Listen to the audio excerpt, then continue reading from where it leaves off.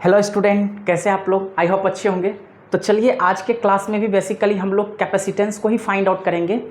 जैसा कि पिछले क्लास में हम लोगों ने क्या देखा था, पैरेलल प्लेट कैपेसिटर के अंदर जब डाइलेक्ट्रिक स्लैब इंसर्टेड होता था तब जाकर के उसका कैपेसिटेंस क्या होता था, उसको हम लोगों ने देखा था।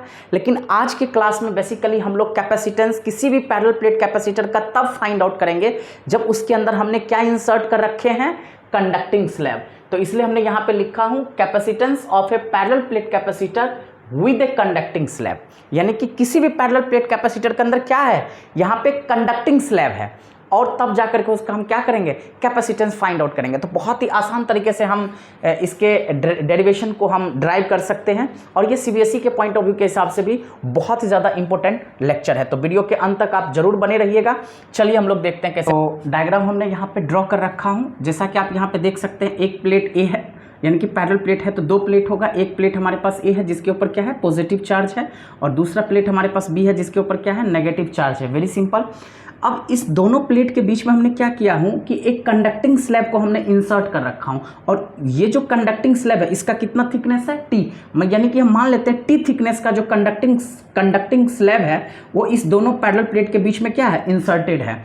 अब दोनों प्लेट के बीच का डिस्टेंस क्या है हमारे पास, डी। तो d is the distance between this to plates, और ऑटोमेटिकली प्लेट के ऊपर कौन सा चार्ज डिस्ट्रीब्यूशन है, सरफेस चार्ज डिस्ट्रीब्यूशन है। यानी कि सरफेस चार्ज डिस्ट्रीब्यूशन का फॉर्मूला क्या होता है, चार्ज पर यूनिट एरिया।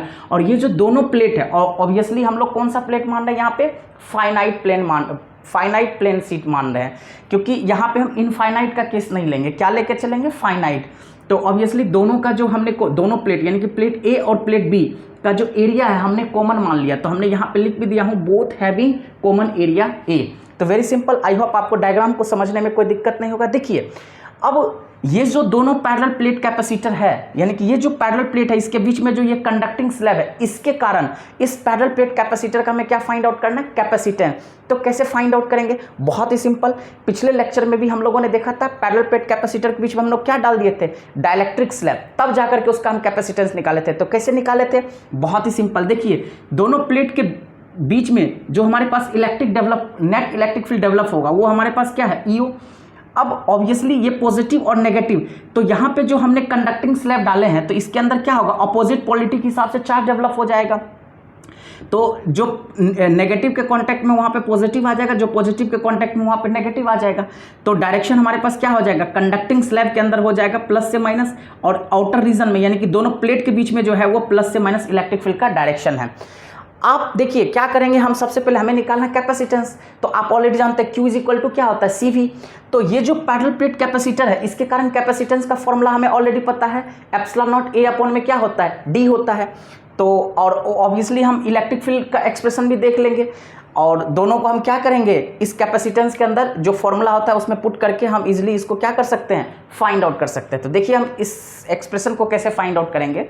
हम यहाँ पे लिख सकते हैं already capacitance of parallel plate capacitor क्या है हमारे पास, हम यहाँ पे लिख सकते हैं, बहुत ही सिंपल है। ऑलरेडी आप यहाँ पे देख सकते हैं दोनों ये जो पैरेलल प्लेट है इसके कारण कैपेसिटेंस का एक्सप्रेशन क्या होता है, तो capacitance of parallel plate capacitor क्या होता है, C naught is equal to epsilon naught A upon में डी। और इस दोनों प्लेट के बीच में जो इलेक्ट्रिक फील्ड है उसका expression, electric field between the plates क्या होता है, E naught is equal to sigma by epsilon naught, क्योंकि फाइनाइट प्लेट है तो सिग्मा की जगह हम क्या लिख सकते हैं, चार्ज पर यूनिट एरिया, तो हम क्या लिखेंगे, Q अपॉन में ए एप्सिलॉन नॉट। Very simple. अब मुझे क्या करना है, एक्चुअली कैपेसिटेंस फाइंड आउट करना है। तो देखिए हम यहाँ पे लिख सकते हैं hence the capacitance, this implies C is equal to, हम क्या निकाल सकते हैं, Q अपॉन में V। तो ये जो पोटेंशियल है ये क्या है, इस दोनों प्लेट के बीच में जो पोटेंशियल डिफरेंस डेवलप होगा। तो देखिए बहुत ही सिंपल, हम क्या लिख सकते हैं यहाँ पे, Q अपॉन में V बराबर क्या होता है, फॉर्मूला ऑलरेडी आप लोगों ने पढ़ रखे हो, E इज इक्वल टू क्या होता है, V बाई D। तो अगर हम V निकालेंगे तो क्या हो जाएगा, E इंटू डी हो जाएगा। तो बहुत ही सिंपल, V के जगह। अब देखिए यहीं पे हमको ध्यान देना है कि हम पोटेंशियल यानी कि दोनों प्लेट के बीच में जो पोटेंशियल डिफरेंस डेवलप होगा वो हमारे पास क्या हो जाएगा, E इंटू डी, यानी कि प्लेट A और प्लेट बीच के बीच में तो हमारे पास ये आ जाएगा D, दोनों प्लेट के बीच का डिस्टेंस क्या है हमारे पास, D। लेकिन आपने एक प्रॉपर्टी पढ़ा होगा, electrostatic properties of a conductor के अंदर हमने आपको टीच किया था। आप मेरा इलेक्ट्रोस्टैटिक प्रॉपर्टीज़ वाला वीडियो आप देख सकते हैं, तो आपको बहुत अच्छे से क्लियर हो जाएगा। जब किसी चार्ज कंडक्टर के बीच में अगर हम किसी भी कंडक्टिंग सीट या कंडक्टिंग, यानी कि हम ऐसे आप समझिए, किसी भी दो चार्ज प्लेट के बीच में अगर हम किसी कंडक्टर को इंसर्ट करते हैं तो उसके अंदर नेट इंड्यूस्ड इलेक्ट्रिक फील्ड क्या हो जाता है, 0 हो जाता है। तो बहुत ही सिंपल वही चीज़ है यहाँ पे, दो चार्ज प्लेट के बीच में अगर हमने यहाँ पे कंडक्टिंग स्लैब को इंसर्ट किया तो इसके अंदर जो नेट इंड्यूस्ड इलेक्ट्रिक फील्ड होगा वो क्या हो जाएगा, 0।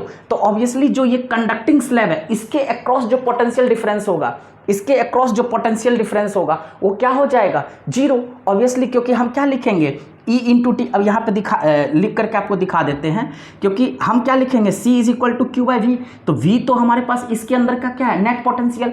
तो यहाँ पे कैसे निकालेंगे, सबसे पहले दोनों प्लेट के बीच में जो पोटेंशियल डिफरेंस है वो निकालेंगे।